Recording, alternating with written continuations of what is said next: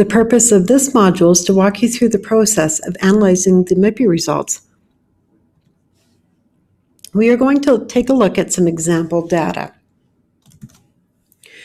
Your principal will have received a document which contains links to each of the grade-specific data forms for your school. So just talk to your principal to get that.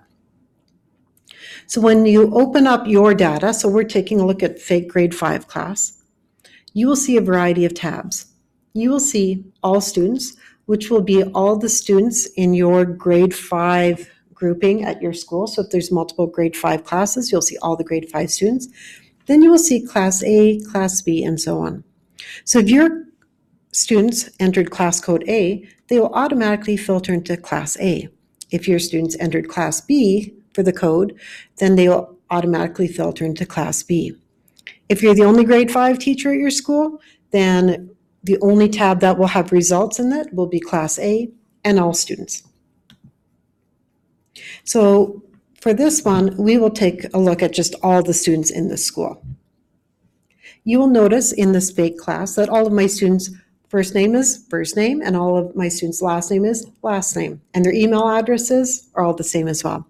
In yours, you will see your student's first name, last name, and email address. If you are missing a student, it probably means they chose the wrong school or the wrong class code.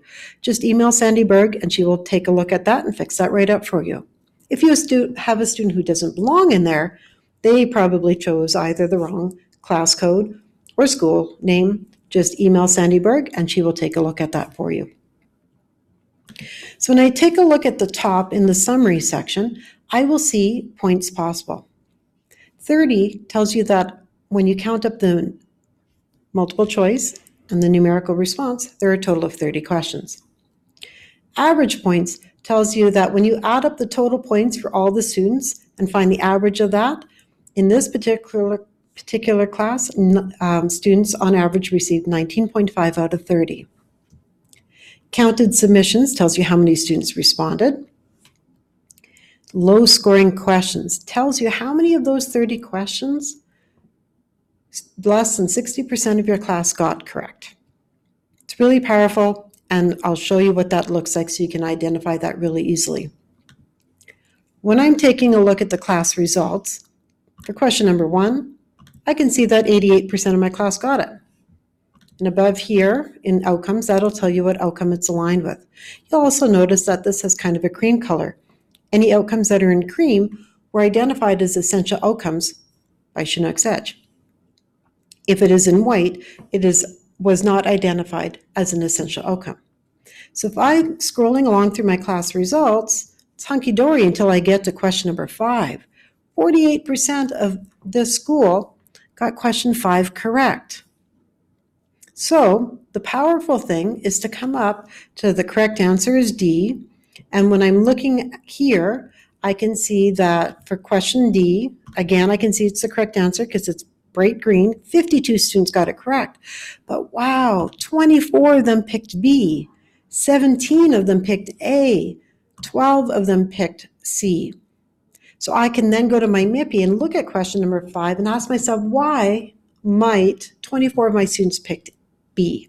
Why might 17 of my students picked A? What are the misconceptions that they have or the misunderstandings that they have that might have led them to pick those questions? I can go through all of my questions, and I'm going to scroll to the right and get to my numerical response.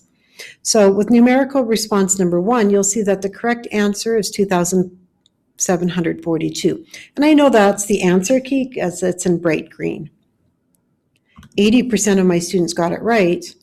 And you'll notice up at the top that I don't have any numbers there simply because it's not multiple choice. It can't work there. But what I can do is I can scroll down and I can see here's my first student. These students all got it right because it's in green, and I can jump right to the white ones. The white ones are the wrong answers and see exactly what my student responded in there. I can do that with the multiple choice questions as well. I can see exactly how my students responded to each of these.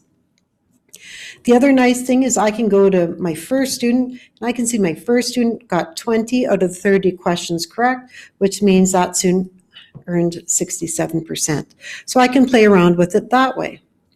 If I wanted to, I could sort my data. Maybe I'm really curious about that question number 5, and I want to group my students to see who answered what. I will highlight by clicking on the number 12. It will always be the number 12. And don't let go, and then scroll down until I get to all of my students. And this will take a while, so I'm not actually going to highlight all the students, but pretend that I did. And then I will choose data and then sort range. Don't choose any of the other options, but choose sort range. And that was column O. So I can see here, this one is column O, so I want to sort by column O and then sort that. So then I can see which students chose A, B, C, and so on.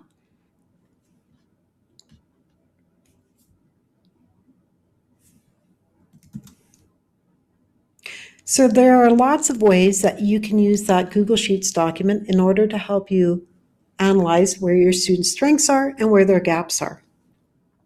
I wanted to show you this mathematics instructional flow that we designed last year, and it's still in draft form, but I think it's a powerful image to share with you. So over here on the left, you'll see gearing up to go. These are the things that I can do as a teacher to prepare before I even have students in my class. I can take a look at what their PAT data was if they have completed a PAT. I can look at their past report card. I can talk to the previous year teacher. In early September, I can administer the MIPI. I can select and administer applicable MIPI Plus questions. And I can use all of that data and analyze it to look at their misconceptions. Based on what I've analyzed, I will adjust my plans and strategies for the needs of my students I have in front of me. I will teach by the outcome and the concept. And then I'll assess by that outcome and concept that we've been working on, and I'll analyze that data to make a decision. Do I need to adjust my plans and strategies and work through this iteration again for all my students, some of my students, or am I going to leave it? They're good to go, or maybe I'm using a cyclical approach and I'll come back to that outcome again later. So maybe I'm coming back around again, or maybe I'm moving around and I might administer a different MIPI Plus question. I might look at my MIPI results for the next outcome that I'm working on, and I'll work through that process again. But it's always about using the MIPI Plus, as informative tools to inform my teaching practice. So when I'm going through that analysis, I can use it to identify trends or themes that I see in my classroom. What are my strengths of my students? What are the areas for growth?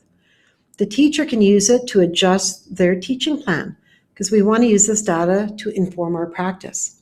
A grade team could sit and look at that, all students for that grade 5 class, and talk about the trends and themes across the grade 5 class. Could look at it as a vertical team or across the school. So what does it look like? What trends are we seeing? What strengths and areas for growth are we seeing within all the grade levels in our schools? And in PLC, we're going to be digging into pedagogical practice around some of the bigger concepts and some of the data that we're seeing in the MIPI and in the MIPI Plus. So when you think about analyzing the MIPI or what your next steps might be, what questions do you have?